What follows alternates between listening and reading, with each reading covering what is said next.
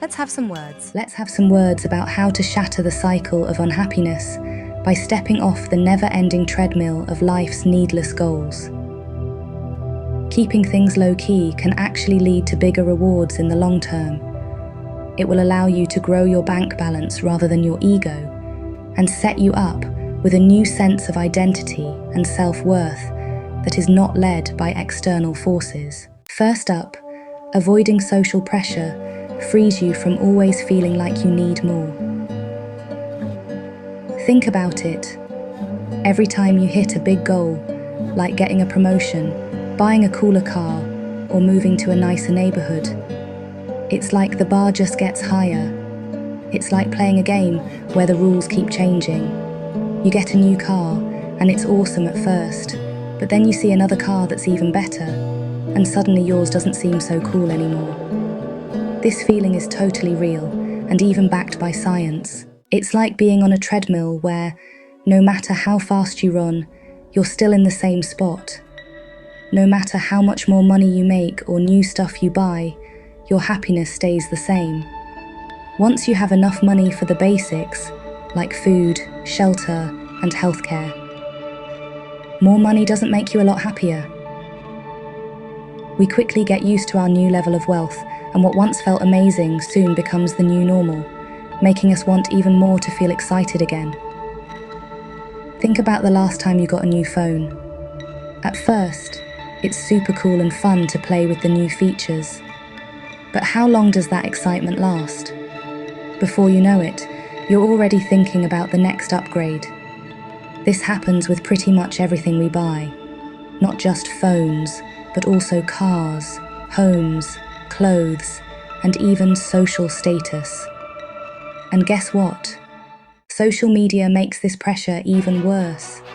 Lots of people feel pressured by social media to spend more money just to look successful or happy. But when you decide to keep things simple and not get caught up in that game, you're stepping off that exhausting treadmill. You're saying, "No thanks, I'm not playing this game."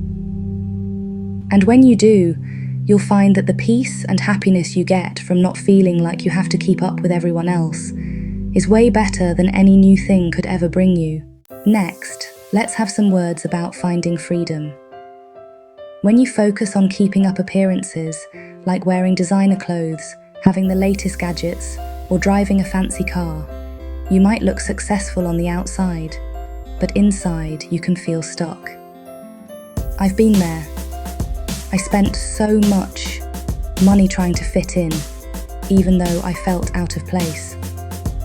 I had a nice car and fancy clothes, and I forced myself down a career path that was not meant for me. I was trying to create an image of myself that I thought other people would like. But a few years ago, I decided to stop all of this. I stopped buying things I didn't really need and started investing in myself, learning new skills and working on my inner self. I left a high-paying job that didn't make me happy and began to focus on what I really love. Now I can travel whenever I want, and I feel so much more free and empowered. That sense of freedom and being able to walk away from something that doesn't make you happy is worth so much more than any new gadget or fancy car. Another big reason to keep it simple is that it helps you avoid survival mode. Many years ago, someone told me that you have to cut your suit according to your cloth. I never forgot those words. Lots of people feel stressed about money, and choosing a more simple life can help reduce that stress. If you spend a big chunk of your paycheck on things like a fancy car, you can't afford to lose your job or take a break. You're stuck in survival mode, always worrying about money. So cut your suit according to the cloth that you know you have, and live life more simply and keep your expenses low. That way, you'll have more freedom. You can take risks, try new things, or just take a break if you need to. It's all about creating more space for happiness and reducing stress. And don't get me wrong, if buying the fancy car aligns with who you are and really does make you happy, and if you do not define yourself through the car but for who you are, then of course, buy it. But never make things a priority over your true self. Finally, let's have some words about living authentically.